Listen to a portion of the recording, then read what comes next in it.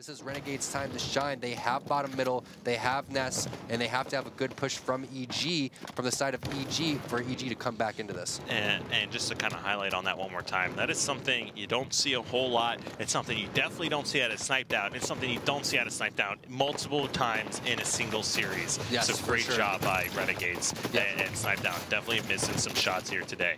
Yeah, definitely. But the thing is the plays that these Renegades players are making are just really high-level plays. I mean, it's not like Snipe Down's, not giving it his all, not having, pretty solid shots. It's just that these guys are, you saw the medal. It was a perfect. And this is actually really smart from Commonly. If there was ever a time to kind of be a little bit aggressive over here, it's when the other team has to desperate, because what you can do is everyone kind of rotates towards bottom middle if you're Evil Geniuses, and you swoop behind them and capture the yard when they least expect it. So as long as Renegades can just hold this off, they should be able to take this one. And look at this. There is just not enough time. Everyone is collapsing, picking up the last several kills, and that is going to be it. 2 members down already. 3-1, 100-68 victory here in game number 4.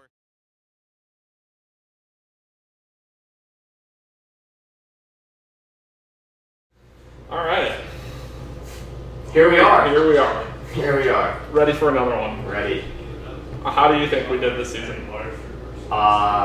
Words cannot describe my level of disappointment in our performance this season. Hey guys, recording in here. Thanks. What people want to hear is your actual opinion. Like on what? On our team, on how you think, how good you think you are. Our team is not good right now, and it hasn't been for many weeks. It's been very uncomfortable for everybody on our team, I think. I have not felt so lost on the team in my entire career as to what our goal is on the maps. I feel like we're just kind of running around at times and just with no purpose. And that's a very depressing and disheartening feeling. It feels like we talk about something and we go over like a goal that we want to accomplish on a game type. And then the next week we're like, wait, well, we didn't talk about that. And it's just like, there's just like no learning on our team. It just feels like we're just kind of on the fly, improv, just trying to create teamwork, and quite frankly, we're just not good at that. I mean, we're just not a good team at just creating teamwork. It comes very unnaturally to our team for whatever reason.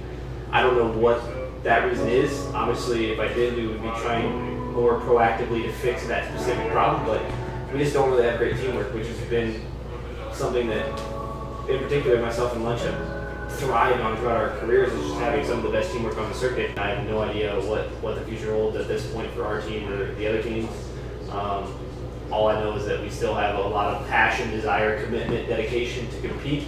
We're on 5 nights a week practicing, and I still feel like we're 2 players that are very capable of winning tournaments. So, I mean, do you have anything to say to the people that think that you guys don't have it? I mean, I'm a person that wants to prove it. I'm not a talker. I like to prove by action, and you can't just say, oh, well, we still have it.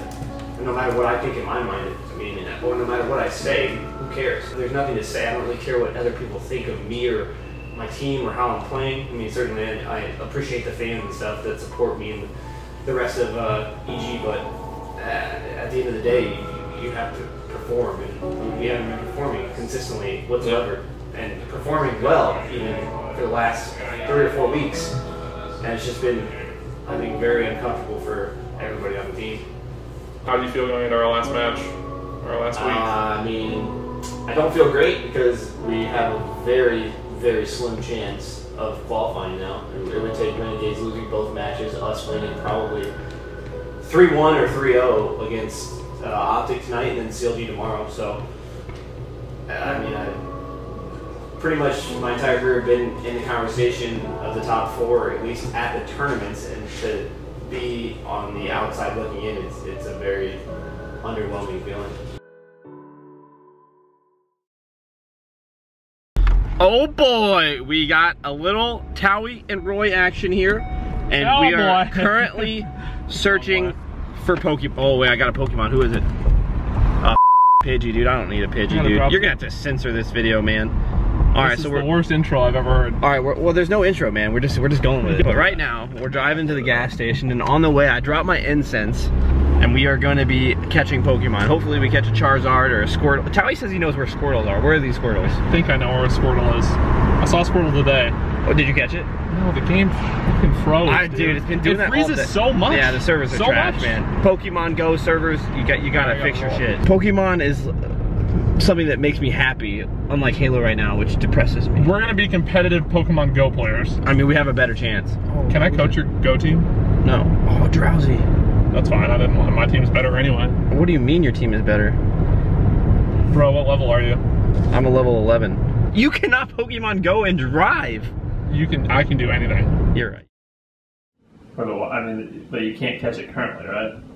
Catch what? Like, there's so many Pokemon I feel like you can't catch. All I ever see is like Snorlax's, Labras's. Well, it depends. Well, those are all pretty rare. Right, that's what I'm saying, though. Do you have a Poliwhirl? You have one? I don't have one. It's pretty lucky. I got a Haunter though. What do you got? I got a Ghastly's and a 322 at that, so when I level it up. No one cares about your 322. Your Connor probably doesn't even 322. Where is Optic yet, dude? What's your highest? Not as high as your highest, I'm sure. Dude. You just got that. It doesn't matter. What do you mean? What's your highest? 965 now. I evolved a 440 Eevee, and it turned into an 850 Jolteon. That's not my fault. What do you mean? How high was your Eevee? It's literally not my fault. It's random, Jason. Mine was higher, and it turned into an 850 Go Jolteon. higher than 420. You're not a good. It was 445. What's your guys' actual levels? 15s. And your what? What do you mean in your what? Jason, Well, you're yeah. just dumb. 15. Oh, I don't know. And you just suck at Pokemon. You don't even know how to play. I heard Towey caught We'll be playing a soon. Goldeen in your hot tub. What was it? Yeah, you I did gotta catch call those. it a There's no way seeking. it had anything to do with Yeah, that. Seeking. It felt the water seeking. Seeking. They did not pull up with like a very attractive female when we were sitting in the church parking lot. We were luring them in with the little module. Luring. The Pokemon. And women. It was working. I was more interested in the Pokemon. I was for sure way more interested in the Pokemon. Are you She kidding? was pumped though that we had put a module there. She was like, She was waving into on the way it. in. She was. Oh yeah. We ran away real fast. we drove away as fast as get out of here, possible. man. She can't know what Get we're out of here. So doing. you're saying yours isn't as good as mine? Jason, that's a screenshot. Nice. I mean, literally for 0.0 seconds did you have me. Go back. I'm done talking to you for the rest of the night. Get away from me. Is this the twin Pokemon bickering? I just want to see it. Gone. Just scroll up. Justin threw 75 Pokeballs when I was driving at what? I told Towey. He literally used Hypno, like 50 No, but 50 literally Pokeballs on a Hypno. I just kept doing it, man. No. It ran away. No, I just never ran out of Pokeball. There's just no way you actually used 50. I did. He sat there. It doesn't like, but you had to, you saw it in an area and then it stayed with you for like 17 miles like, down the road. Jason, you have to stop the truck. I mean, some of us just like to live, you know, and enjoy life, and some of us are just grumpy old men that don't play Let me Pokemon. know how much enjoyment you find out of Pokemon Go. A lot. A lot. I'm reliving my childhood. Towey- What are you doing? We were driving around the neighborhoods earlier, and Towey's literally like, dude, I've been in this neighborhood like 15 times. I know where the Squirtles are. We never found a Squirtle. We didn't find a single one. And Hammy is not able to see the player. Look at this Hook just sneaking around. Now he's going to have the advantage because he has that railing to give him cover. And look at this. He still is not seen. Will he be seen? Yep. Hammy spots him. He's going to get him down to one shot. He's going to have to get some clutch kills here, though. 48 to 43. Two players go down for Renegades. We're down to 45 seconds. You've got Commonly getting charged from everywhere. He's not going to be able to get any kills, and that's going to be it, folks. Enigma 6 takes game number 5 to put Renegades down for potentially losing that 4th seed. If Evil Geniuses can go very clutch, this is putting pressure on Renegades. Once again, just too close to the end, nobody in position, and just like that, Week 7, Day 1 is going to come to a close with a 3-0 victory of Evil Geniuses over Optic Gaming. EG still hanging on by a thread right now, and like you said, there's still some light left at the end of that tunnel. That door is still open. He's able to pick that up. Spartan the dog doing everything he can, just laying down so much bullets there on the players from Renegades. And now we're seeing Eco run the flag in, and he falls. Now over to Stellar. Stellar's into the front door. He's got it here. He's got to stay alive, though. Spartan the dog not taking any shots, and he'll be able to cap flag number 2, going up 2-0 in game number 4. And Renegades overcommits to trying to put that capture in. Penguin, I like what he did, throwing the flag in front of the base and going to contest camo, but what they didn't know is the Noxide was also up there, wins the 1v1, and Spartan already hiding in Renegades base. Stellar pushing in, that's 2 members down here for Renegades, gets the flag and a pretty decent throw as well. Spartan the dog's able to grab it with a quick thrust, and he is running this just as fast as he possibly can. There is no one here, Elamite. Liquid's got the flag on their flag. Can Stellar do it? Yes, he does. Team Liquid wins their first series in quite some time. Wow, Team Liquid defeats Renegades 3-1. I mean, did you see this coming that quick? I thought we were at least going to see a game 5, but look at these stats. Denoxide 12 kills. I mean, the stats don't even matter. That game was so fast. Team Liquid just made quick work of Renegades. Well, my heart goes out to Renegades because they have to be feeling crushed right now. The fact that they held fate in their own hands and just let it slip through their fingers. So, Liquid just beat Renegades, and apparently we still have a chance of making Season 1 finals now. I don't know how the map count works. They won 3-1, but if we manage to beat CLG, we're gonna sneak in as the 4th seed somehow. I don't really know how that's gonna end up working out, but it's kind of ridiculous that it's back in our hands now, how we do this season. I do. When we start playing calm, and we just play so passively.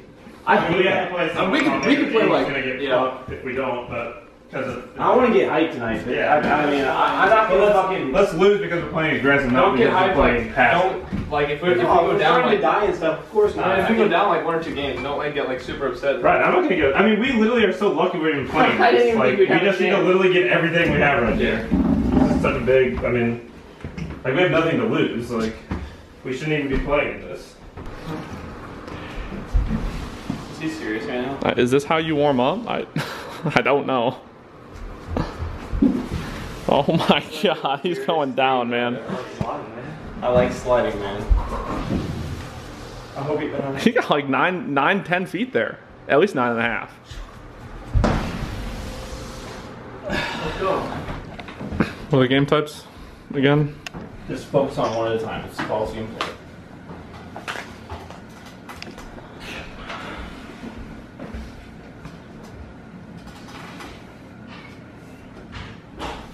It's kind of nice, you know, finally having this light in here.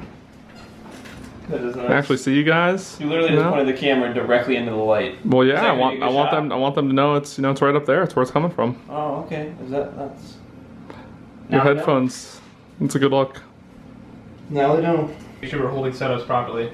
We're not dying easily and getting a good setup with control to try and push something we don't need to. Play disciplined. That's literally how we won yesterday. We were playing so well together as a team. That game was literally flawless. Look, all 4 down for Evil Geniuses. And Snakebite, he realizes this, immediately heads to the bottom lift to block this spawn.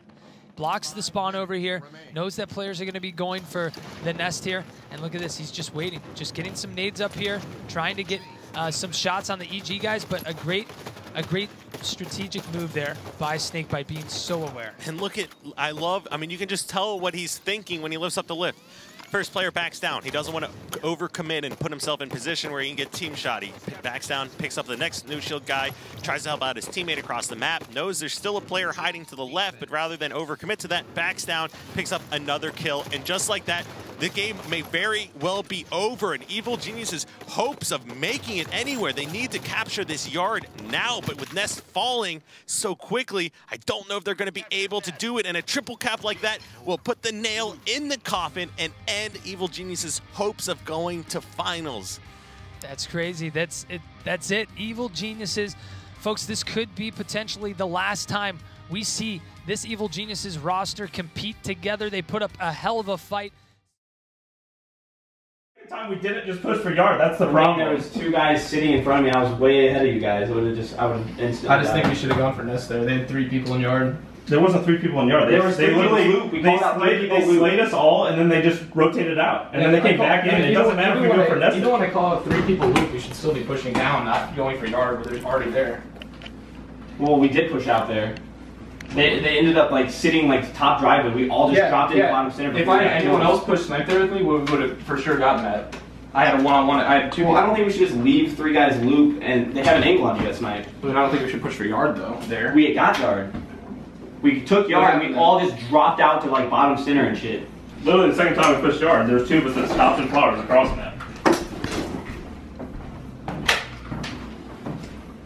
That was not well, the I problem. killed the camo guy. Yeah, I mean that was not the problem. That was not the problem at all. The guy If I would have just thrown shot in, right around the corner. I was like 10 seconds or 5 seconds ahead of you. Taking yard wasn't the problem either. We all pushed out, and the guy just flanked around us from flowers. After I killed the camo guy, we could have all dropped bottom middle and been fine instead of pushing into yard. The shotty guy literally killed 2 of us. No, a guy came behind us. You guys pushed out light rifle, and a guy came behind us flowers and killed me with a pistol, and then lit you guys up. We already had taken it. Yeah. Right. After I killed the camo guy, we should have dropped bottom middle. I disagree. I mean, we have yard for free. We took yard for free. They had yard with shotty. No, they didn't. No, that time we took yard for free. I took yard for free. We got 2 guys top guard and no shields actually. How did we all die at once? We had control. What? It was like 70 to 45, 70 to 50. We were winning. Is that when we had camo? Yeah. Well, I don't know. Whoever had camo, they died. They pushed behind them, and I think ended up dying. I don't even know if we got a kill with it.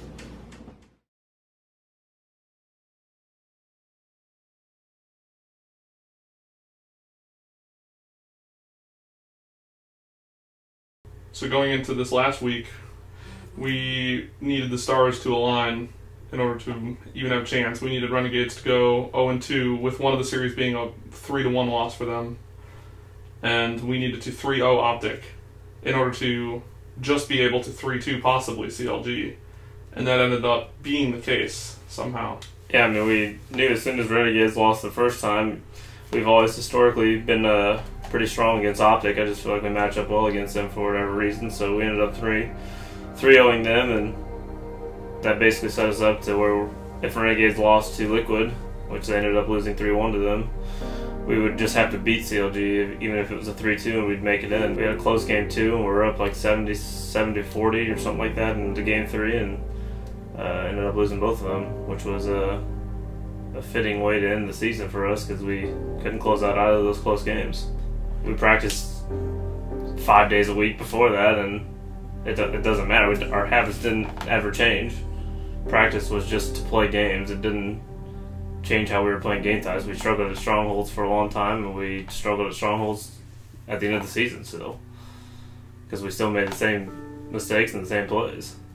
I think a break is sometimes just as helpful as practicing. When you're burnt out and you're beating the same shit up over and over every single week, it gets into being annoying for everybody because we're going over the same mistakes over and over. So I think at times a little break can help just as much as practicing can.